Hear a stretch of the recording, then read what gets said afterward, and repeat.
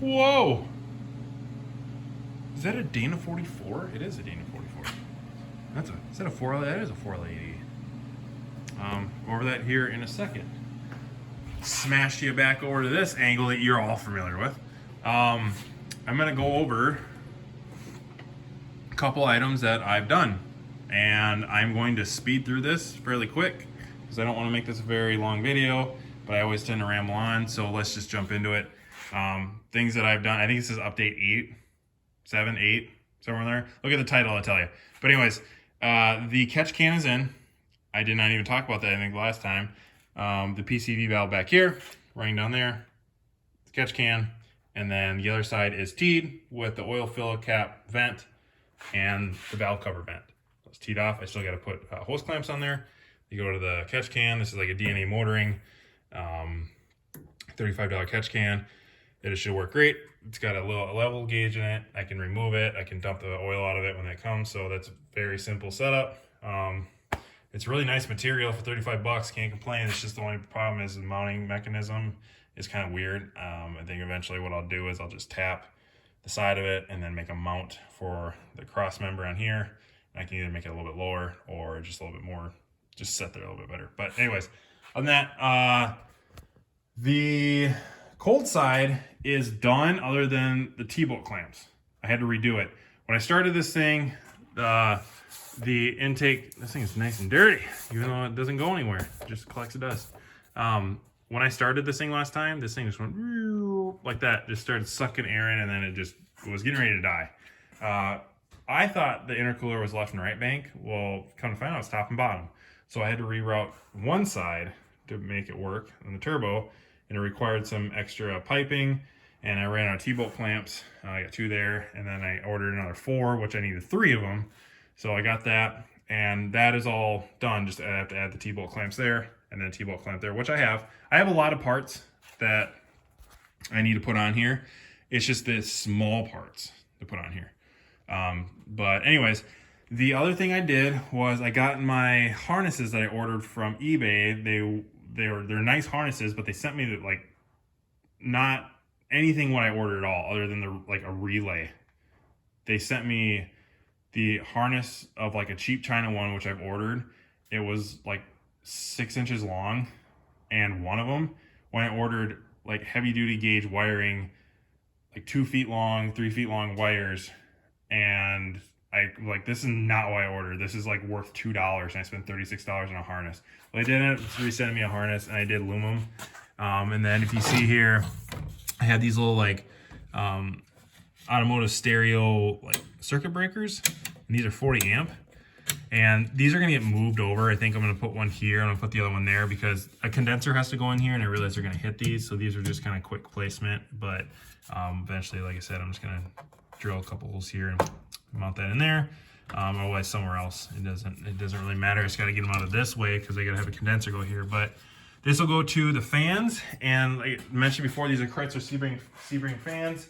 And I was talking to one of the Chrysler guys, or one of the Dodge guys on Discord, sloppy Discord server, and I didn't know how these fans worked exactly. And I believe they still go to like a PWM box on the car, and then that will control the fan speed. Well, I'm running the PO1 ECU, and I have the ECU that's going to control it. And they have a fan 1, which is this relay that's hooked up to the fan 1 wire on the PCM, and then fan 2 relay down here.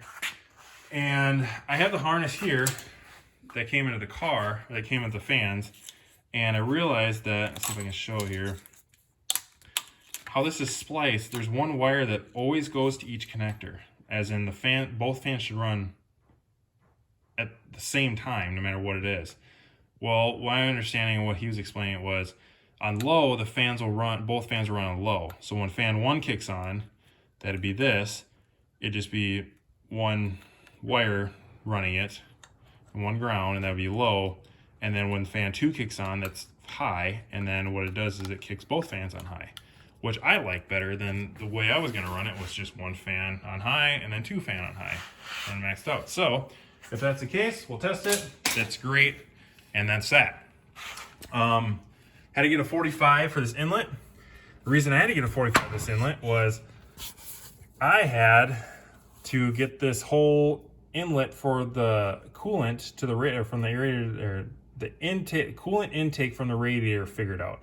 I had to put a straight on here because otherwise the LS goes that way at like a 45, and it was running right into that AR mount. And when I did have the straight here, oops. When I did have the straight here, the neck wouldn't hit the belt. This wasn't here. This is something else that's new. The belt wouldn't hit it, but if I put the hose on, the belt would rub against the hose. So I had to have a way to pull this belt forward. And this mount, I think, is from like, I think it's LSX Innovations or somewhere. ICT Billet does not make this mount. I looked. I've seen it before, and I think there's only one place that makes it. It hooks to the water pump, and what it does is it brings the belt in, and you can see it's pretty close, but it does clear now. So this is like a $70 mount just to freaking clear that area, but we're working in a very tight space. So if you want to get everything really tight, especially in a C4 Corvette with twin turbos, you're gonna probably need this to make everything work. And then this radiator hose is from like a 1972 Corvette that I cut up. It was a lot longer than this, but I needed this S-bend really nice and tight around the turbos. And then this middle pipe through here, it's just a 90-degree that I cut here and then flanged. And then this is just like an intercooler piping. It's like an 1.5 inch intercooler piping. It's aluminum, so that's what I needed. And then this little 90 hose down here is from like a Dodge Durango. It's from like the upper radiator hose in a Dodge Durango. Just grabbed it out of the yard, just needed basic 90, and those are pretty nice hoses. Just a quick grab right on the top. Don't have to screw around and try to figure, work down low. It's just right there, boom, cut, done. So that should work. It's not rubbing on anything other than this little like piece here, excess is just touching this aluminum intercooler piping, so I don't see it being a problem at all. Other than that, let's see here. The 45-degree angle I had to get here because it originally had 90-degree down like this one did. And then obviously if I had that, you're running into this hose. So I had to get a 45, cut this piece of pipe here. You can see my great cuts here on the intercooler couplers, but it's functional. I don't really care about the look. And then that'll run down there, and then you can see the pipe down there. So I can put filters to get cold air underneath the car, and I can replace those like every year, just little cheap mushroom filters, plug them on at the end of the year, take them off, put new ones on. So going over that, sorry if I'm talking really fast, just kind of explaining stuff, but I really don't want to spend a lot of time on this. I just want to make it and make and bake it and just be done with it. The heater hose, inlet, 90-degree, just a little hardware piece here, because if I don't do that, they kink down here. I see that one that I already have. This is the to the heater core. It's 5/8 inch, and then it runs underneath there, way down here, underneath everything, and then up through here, and into the core. And then this one will do the same thing up here. I'll plug it in, and then these all get tied together down here with the oil cool line, or the oil drain from the turbos, because they're really nice low, and then they get away from the hot exhaust. And this will all be wrapped too, which I'll talk about. And everything will hopefully stay nice and cool. This pipe is going to have to come off, this down pipe. I re-welded it, and you can see it go down there to the bottom, to the rest of the exhaust system. You think that worked great, but it's like 1/8 of an inch to like 1/16 of an inch away from the starter, and it's just a small section of it. So I need to pull it back off, and I need to heat it up and just kind of start tapping where it's next to the starter to create more clearance. And then I have more of this wrap that I ordered. So what I'll do is I'll just continue to keep wrapping the rest of that pipe until it gets down by the starter. And then that way it won't bake the starter. And just kind of keep that so it doesn't have really an issue. I had a Trailblazer SS that had one that was really close, and I just put a piece of steel and some fiberglass around it. I never had an issue, but I just want to keep safe and not worry about it. The wastegate dumps I got to work on up here. I got the piping for it. Sorry for my mess here. I haven't cleaned up since the holidays yet. Got a bunch of stuff. This is just like Speedway header kit that they sell. It's like 1.5 inch tubing, just random mandrel bends that you can cut and weld together to make header kits. Well, it was, gosh, what I spent on this, 75 bucks I think for all this pipe. And it's kind of nice to have, because there's a lot of stuff that's 1.5 inch that you can just use stuff for and have it. And I need all these bends to make a decent down pipes on these wastegates, because I don't have much room. This one's not a problem. I can run this down run it past the steering shaft and put it right to the ground. This is the one that's going to cause a problem because I have like no room up here. The AC compressor is going to be down there.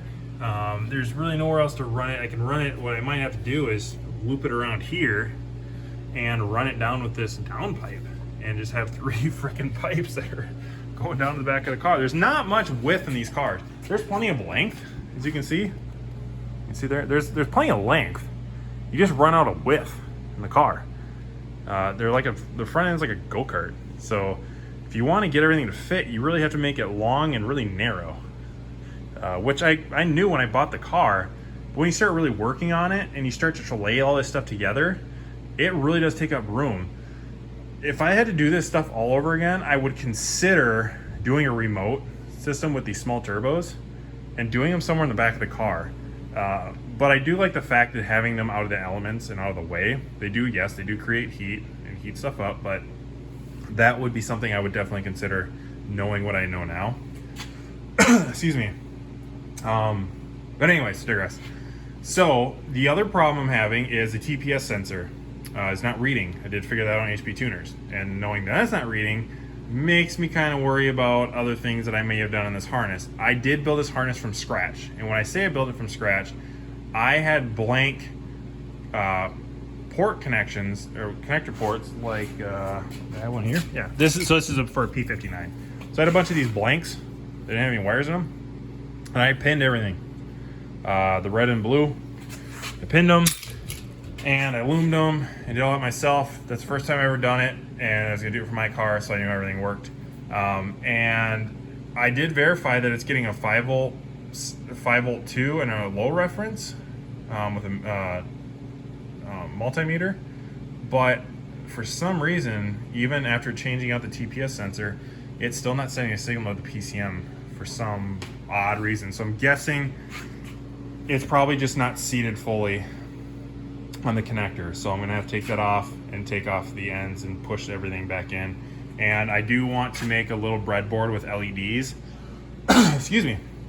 I do want to make a little breadboard with LEDs to connect into the injector ports. That way when I start the car and it runs, what I want to do is I want to take a slow-mo video of everything just running here and have the lights light up for the injectors going, and also the signal from the PCM to the coils to also light up LEDs. And I'll mark them, I'll set up like a slow-mo video, I'll run the car for like 30 seconds or a minute or whatever, because it does idle really good. It does idle rough because it's not tuned. If you bring it up to speed, it sounds fantastic.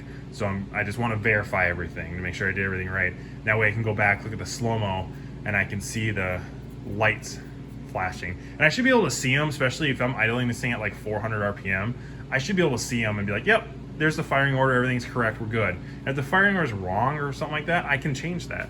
And I can use that video and use the LEDs going off for each bank and each cylinder to figure out what I need to change. I don't think I'll have to, but it's a nice verification to know that I have that possibility to do that. So that is a project I'm going to do with my other Arduino stuff. It's not going to be Arduino related. It's just basically a breadboard with wires and then LEDs being lit up. It's pretty simple circuitry if you look at it. So that is that. I don't really have anything else more to go on to here. So have this.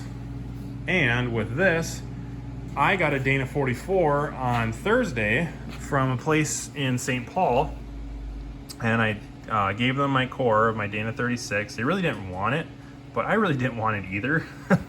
So I'm kind of like, can you just take this? And they're like, yeah, sure, whatever. They kind of wanted the bat wing off it, but they didn't want the diff. And I had both of them like, well, the diff is worthless to me without the bat wing, other than I might get some guy who destroyed his in his Corvette, but at that point he's probably gonna be searching the internet and like, go Dana 44. But I got this. This is from an 85 manual Corvette. Obviously it's 85 to 96 manuals. They came with a Dana 44. They are much bigger differential. I feel like I said transmission before. If I did, I'm sorry. Differential. They're clearly larger. They're much longer. They're much heavier. The bolts are like 15 millimeter hex head, hex head or whatever. versus 13, and then the bolt sizes are even a lot bigger. So this is just a bigger, beefier rear end. And it's got 307 gears in it, which is perfect in my opinion, because this is gonna be a cruiser, and 307s in this would be great.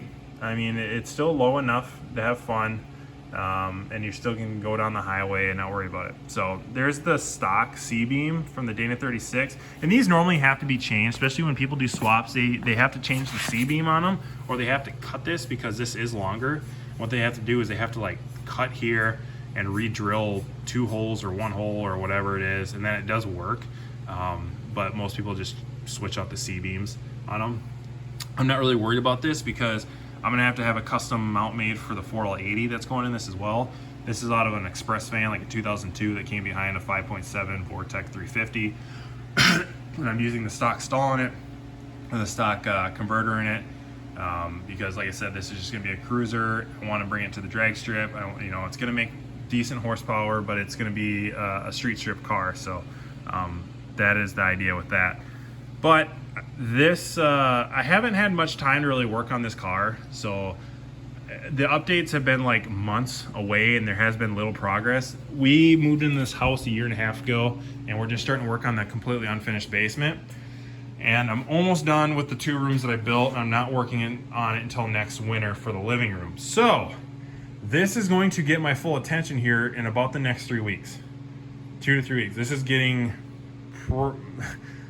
I'm gonna say probably, because there might be other stuff that comes up, but I plan on this making my after hours priority. So whenever I have free time, I can make time, this is what's gonna be worked on. So I should be able to knock all of the rest of this stuff out other than AC, which I need to have my dad help me with. He has all the equipment that we can clean all that stuff out, get the lines hooked, or I'll make my own lines, and we'll get all that stuff hooked up, and then we can fill it with Freon.